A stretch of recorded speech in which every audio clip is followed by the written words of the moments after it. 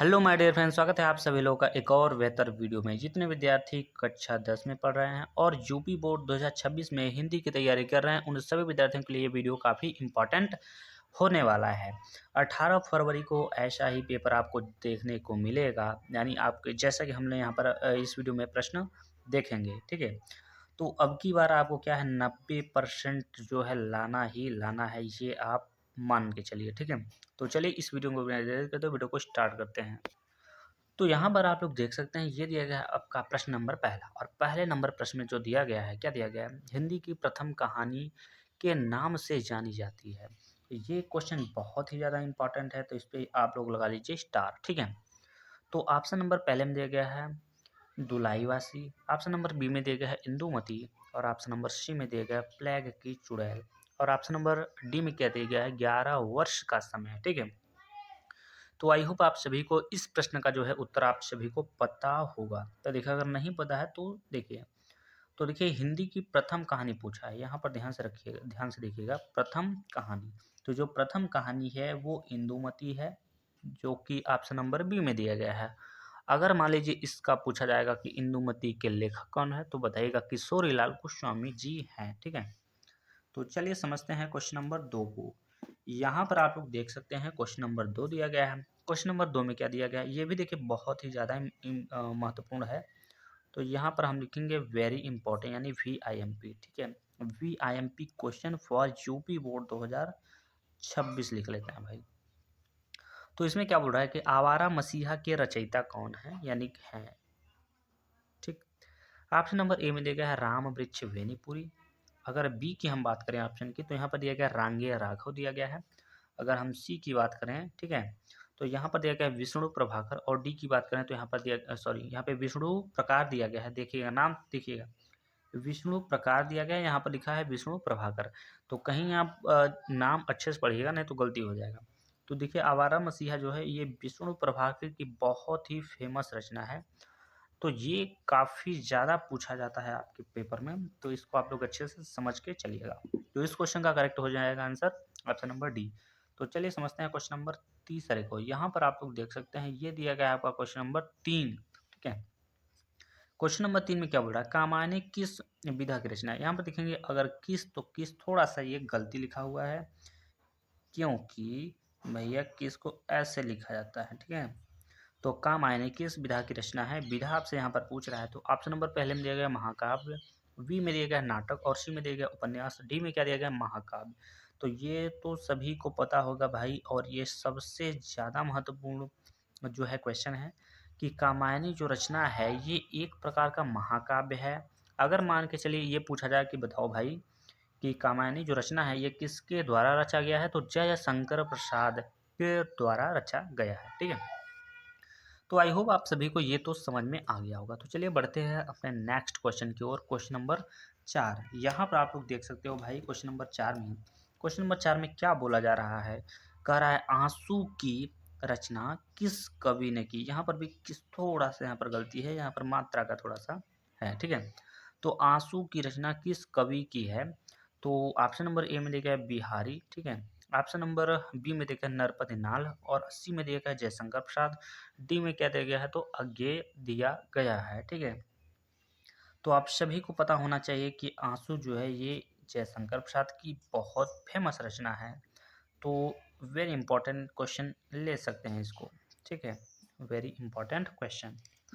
चलिए बढ़ते हैं अपने नेक्स्ट क्वेश्चन की ओर। यहाँ पर देख सकते हैं भाई क्वेश्चन नंबर 5। इस क्वेश्चन का आंसर आप लोग कमेंट बॉक्स में ज़रूर बताइएगा, ठीक है।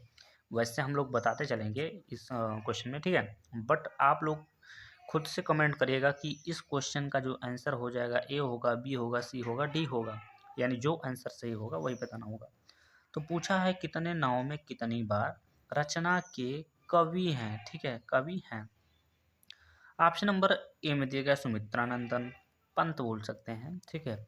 बी में दिया गया अज्ञे, अज्ञे का पूरा नाम आई होप आप सभी को पता होगा, पता है तो कमेंट बॉक्स में ज़रूर बताएं। और सी में दिया गया रामधारी सिंह दिनकर, ठीक है। इनको कभी कभी आपको दिनकर भी देखने को मिलेगा पेपर में, या फिर कभी भी कहीं भी। तो दिनकर का पूरा नाम क्या है, रामधारी सिंह दिनकर। डी में दिया गया धर्मवीर भारती। तो देखिए कितने नाव में कितनी बार, ये आगे जी के द्वारा रचा गया है। जो कि बहुत बार पेपर में आपके पूछा गया है। ठीक है, तो आई होप आप सभी को ये क्वेश्चन समझ में आ गया होगा। तो चलिए बढ़ते हैं अपने नेक्स्ट क्वेश्चन की ओर। तो चलिए भाई यहाँ पर आप लोग समझो क्वेश्चन नंबर 6 को। क्वेश्चन नंबर 6 में दिया गया है कि 1943 ईस्वी में प्रकाशित तार सप्तक का संपादन किया किसने किया भाई? तो उनका नाम बता दो। मुझे नहीं पता है। ठीक है, तो ये प्रश्न में पूछना चाहता है, आपसे जानना चाहता है कि बता दो भैया, हमको नहीं आता है। तो आपको बताना होगा कि भैया आप, वो 4 ठो ऑप्शन देगा आपको कंफ्यूज करने के लिए, तो आपको कंफ्यूज नहीं होना है। तो ऑप्शन नंबर पहले में दिया गया राम विलास शर्मा, दूसरे में दिया गया यानी बी में दिया गया अज्ञेय, तीसरे में दिया गया यानी सी में दिया गया है प्रभाकर माचवे। ठीक है, और डी में क्या देखा है तो गिरजा कुमार माथुर। क्या लिखा है? गिरिजा कुमार माथुर लिखा है। तो देखिए क्या करना है।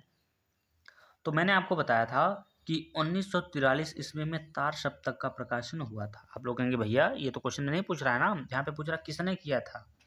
तो ये किया था भाई अज्ञेय ने, सच्चिदानंद हीरानंद वात्स्यायन अज्ञेय इनका पूरा नाम है।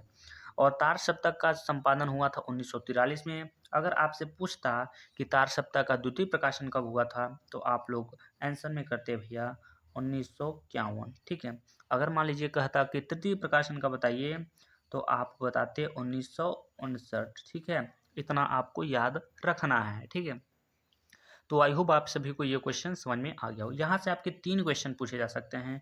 पहला प्रश्न 1943 ईस्वी में प्रकाशित तार सप्तक का संपादन किसने किया? तो अज्ञेय ने किया। ठीक है, दूसरा प्रश्न यहाँ से पूछा जा सकता है कि तार सप्तक का द्वितीय प्रकाशन कब हुआ था? तो बताएंगे 1951 में। तृतीय प्रकाशन कब हुआ था? तो 1959 में। तो यहाँ से 3 प्रश्न, आई होप आप सभी लोगों को समझ में आ गया होगा। तो चलिए समझते हैं क्वेश्चन नंबर 7 को। क्वेश्चन नंबर 7 में क्या दिया गया है? शुक्ल युग की समयावधि। ये बहुत ही ज़्यादा इंपॉर्टेंट क्वेश्चन है भाई, बहुत ही ज़्यादा इंपॉर्टेंट क्वेश्चन है और बहुत ही फेमस क्वेश्चन है। इसको तो आप लोग कहीं जाने मत दीजिएगा। तो यहाँ पर शुक्ल युग की समय सीमा पूछ रहा है। तो ऑप्शन नंबर पहले में दिया गया 1900 से 1918, बी में दिया गया 1900 से 1919 से 1938, सी में दिया गया 1936 से 1943 और डी में दिया गया 1850 से 1900। तो देखिए इस क्वेश्चन का जो करेक्ट आंसर हो जाएगा वो हो जाएगा 1919 से 1938 वाला जो ऑप्शन है, बी वाला जो ऑप्शन है वो करेक्ट ऑप्शन हो जाएगा। तो चलिए समझते हैं क्वेश्चन नंबर 8 को। यहाँ पर आप लोग देख सकते हैं क्वेश्चन नंबर 8 दिया गया है और कह रहा है साकेत रचना है किसकी?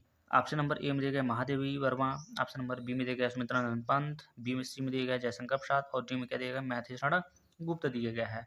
तो साकेत जो रचना है वो मैथिली शरण गुप्त के द्वारा रचा गया है, जो कि बहुत ही ज़्यादा इंपॉर्टेंट क्वेश्चन है। चलिए बढ़ते हैं अपने नेक्स्ट क्वेश्चन की ओर। यहाँ पर आप लोग देख सकते हो क्वेश्चन नंबर 9। क्वेश्चन नंबर 9 में क्या बोल रहा है कि महादेवी वर्मा कब इतरी हैं? प्रगतिवादी युग की, द्विवेदी युग की, छायावादी युग की या फिर प्रयोगवादी युग की? तो ये जो है छायावाद युग की कवि हैं भाई। ठीक है, किस युग की? छायावाद युग की। चलिए आगे बढ़ते हैं क्वेश्चन नंबर 10 में। यहाँ पर अगर आप देख सकते हैं तो क्वेश्चन नंबर 10 में क्या बोला है कि कमल का सिपाही किसकी रचना है? Most of the most question भाई, most of the most question यहाँ पर है कमल का सिपाही। बहुत बार पूछा गया है आपके पेपर में, आप देख सकते हैं पेपर उठा के। ठीक है, तो क्या पूछ रहा है कमल का सिपाही किसकी रचना है? तो ये देखिए धर्मवीर भारती की नहीं है, ना तो जैनेन्द्र कुमार की ही है और ना अज्ञेय की ही है। तो किसकी है? अमृत राय की रचना है भाई। किसकी रचना है? तो अमृत राय की रचना है। ऑप्शन नंबर डी सही हो जाएगा। ठीक है, तो चलिए बढ़ते हैं अपने नेक्स्ट क्वेश्चन की ओर। तो यहाँ पर आप लोग देख सकते हो भाई, ये दिया गया है question number 11, question number 11। Question number 11 में क्या बोल रहा है? हास्य रस का स्थायी भाव होगा। तो ऑप्शन नंबर ए में दिया गया रति, ऑप्शन नंबर बी में दिया गया हास्य, ऑप्शन नंबर सी में दिया गया निर्वेद और ऑप्शन नंबर डी में क्या दिया गया? तो विस्मय दिया गया है। तो देखिए हास्य रस का स्थायी भाव क्या है? हाँ तो आपको रस से एक क्वेश्चन जरूर पूछेगा, या तो कहेगा करुरस का स्थायी भाव या कहेगा हास्य रस का स्थायी भाव। तो आपको स्थायी भाव भी याद करके रखना है, क्योंकि पेपर में कहीं नंबर छूट न जाए। ठीक है, चलिए बढ़ते हैं अपने नेक्स्ट क्वेश्चन की ओर। यहाँ पर देखिए आपसे पूछा क्या रहा है, पूछ रहा है कि पीपर पात सरिस मंडोला में अलंकार है। तो आपको मैंने बताया भैया कि जहाँ पर सा, जहाँ पर सी, जहाँ पर से, ठीक है, और जहाँ पर सरिस, ये सभी शब्द आ जाए तो वहाँ पर हो जाता है आपका भैया उपमा अलंकार हो जाता है। कौन सा अलंकार? उपमा अलंकार, जो कि ऑप्शन नंबर बी में दिया गया है।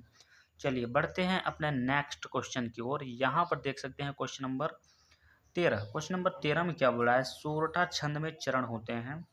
ऑप्शन नंबर ए में दिया गया है 4, 2 में दिया गया है, यानी बी में दिया गया है 2, सी में दिया गया है 3 और डी में क्या दिया गया है? 1 दिया गया है। तो सोरठा छंद में चरणों की संख्या अगर पूछ रहा है तो 4 चरण होते हैं। आप सभी को पता होना चाहिए, ठीक है। चलिए बढ़ते हैं अपने नेक्स्ट क्वेश्चन की ओर। यहाँ पर देख सकते हैं क्वेश्चन नंबर 14। क्वेश्चन नंबर 14 में क्या बोल रहा है कि अभिमान में कौन सा उपसर्ग है? तो आप सभी को उपसर्ग के बारे में पता होगा। इसमें अभी उपसर्ग है क्योंकि वो शब्द के शुरुआत में जुड़ता है, तो अभी हो जाएगा, ठीक है। चलिए बढ़ते हैं अपने नेक्स्ट क्वेश्चन की ओर। यहाँ पर देख सकते हैं क्वेश्चन नंबर 15। क्वेश्चन नंबर 15 में क्या बोल रहा है? कह रहा है प्रत्यय के भेद होते हैं, यानी प्रत्यय के कितने भेद होते हैं? तो ये तो बहुत ही फेमस क्वेश्चन है और छोटा भी है। तो 3 भेद होते हैं। कितने भेद होते हैं? तो 3 भेद होते हैं प्रत्यय के, ठीक है। कितने भेद होते हैं? 3 भेद होते हैं। तो चलिए समझते हैं क्वेश्चन नंबर 16 को। यहाँ पर अगर आप देखेंगे क्वेश्चन नंबर 16 में कह रहा है कि हंस का पर्यायवाची शब्द है। पर्यायवाची पूछ रहा है, तो हंस का क्या है? वसुधा नहीं है, पृथ्वी भी नहीं है, आंख भी नहीं है भाई, तो कौन सा है? मान सौकस होता है। हंस का पर्यायवाची क्या होता है? मान सौकस होता है। एक होता है मराल, एक होता है कलहंस, एक होता है मान सौकस, ठीक। चलिए 17 क्वेश्चन को समझते हैं। तो यहाँ पर दिया गया देश, यहाँ पर डैश दिया गया है, इसको हम योजक का सिंबल भी बोलते हैं। देश विदेश में कौन सा समास है? आंख मूंद के मारिएगा, क्या? द्वंद्व समास। कैसे? जब ये दिखेगा योजक का सिंबल, क्या दिखेगा? योजक का सिंबल, योजक का सिंबल दिखेगा तो आप मारेंगे द्वंद्व समास, ठीक है। चलिए आगे बढ़ते हैं। क्वेश्चन नंबर 18 की अगर हम बात करें, ठीक है, क्वेश्चन नंबर 18 की अगर हम बात करें तो यहाँ पर हमसे पूछा है कि भाषा की सबसे छोटी इकाई होती है। भाषा की सबसे छोटी इकाई कौन सी होती है? तो आपको बताना है। ना शब्द नहीं, वाक्य भी नहीं, पद भी नहीं, अक्षर होता है भाई। क्या होता है? अक्षर होता है। तो ऑप्शन नंबर डी वाला करेक्ट हो जाएगा। चलिए समझते हैं क्वेश्चन नंबर, यहाँ पर देख सकते हैं 19 में दिया गया है। तो क्या दिया है भाई 19 में? कह रहा है कर्तृवाची में प्रधानता किसकी होती है, यानी प्रधानता होती है किसकी होती है? तो भैया कह रहा है कि कर्तृवाची में कर्ता की ना होगी भाई, तो कर्ता दिया गया ऑप्शन नंबर बी में, तो ऑप्शन नंबर बी करेक्ट हो जाएगा, ठीक है। चलिए बढ़ते हैं अपने क्वेश्चन नंबर 20 की ओर। यहाँ पर देख सकते हैं क्वेश्चन नंबर 20, और ये देखिए बहुविकल्पी का लास्ट क्वेश्चन है, क्योंकि 20-20 का ही क्वेश्चन हम लोग हल कर रहे हैं, क्योंकि आपके पेपर में कितना देगा विकल्प वाला क्वेश्चन? तो 20 देगा, तो इसलिए हम 20-20 का ही क्वेश्चन हल करते हैं, ठीक है। तो इसमें कह रहा है कि चौपाई के प्रत्येक चरण में मात्राएं होती, तो भाई कितनी होती हैं? 16-16 मात्राएं होती हैं, तो आप सभी को पता होना चाहिए, ठीक है।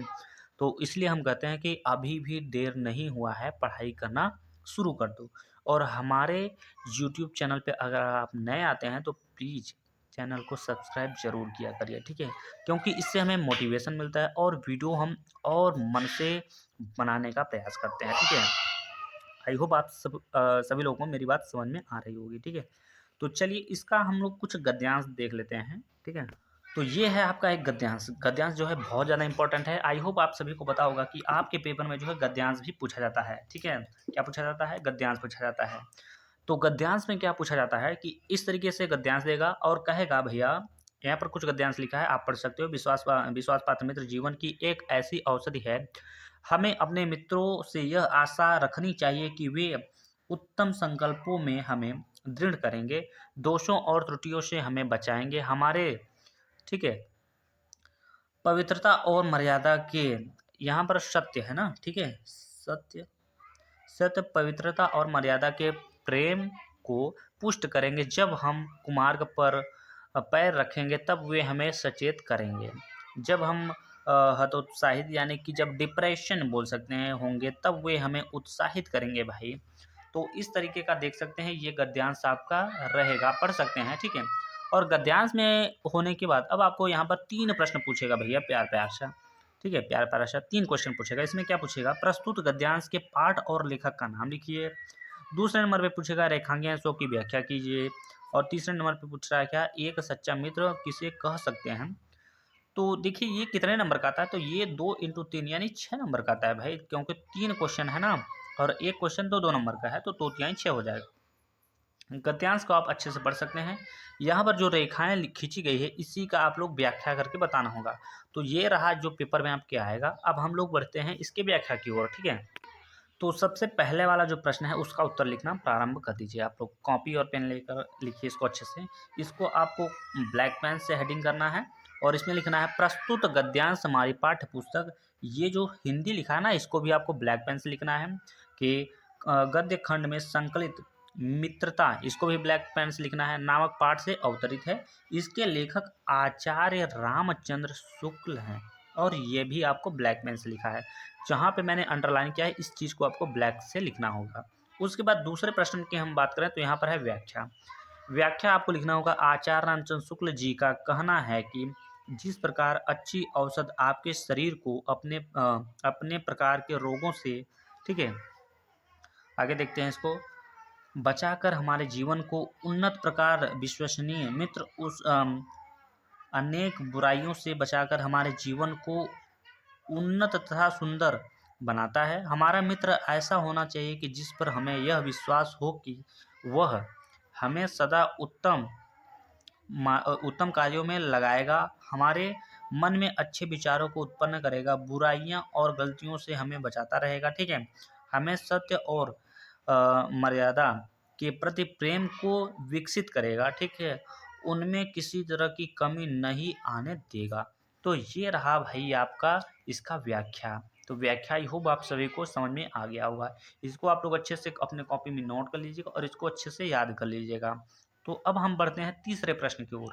यहाँ पर देख सकते हैं ये प्रश्न नंबर तीसरा है कि हम लोग एक सच्चा मित्र किसे कह सकते हैं। तो हम ऐसे मित्र को सच्चा मित्र कह सकते हैं जो हमें उत्तम संकल्पों में दृढ़ करेगा, बुराइयों और त्रुटियों से हमें बचाएगा, हम में सत्य, पवित्रता और मर्यादा रूपी मानवीय मूल्यों को पुष्ट करेगा, बुरे समय में बुरे मार्ग पर चलने पर हमें रोकेगा। तो ये रहा अच्छा मतलब सच्चा मित्र हम किसे कह सकते हैं। तो इतना लिखिएगा तो आपको जो है यहाँ से 6 नंबर कहेगा भैया ले जाओ, ठीक है। तो इस वीडियो में मैंने एक ही गद्यांश लिया है। वीडियो कैसा लगा कमेंट बॉक्स में ज़रूर बताइएगा। तो चलिए इस वीडियो में बस इतना ही, मिलते हैं नेक्स्ट वीडियो में, तब तक के लिए जय हिंद जय भारत।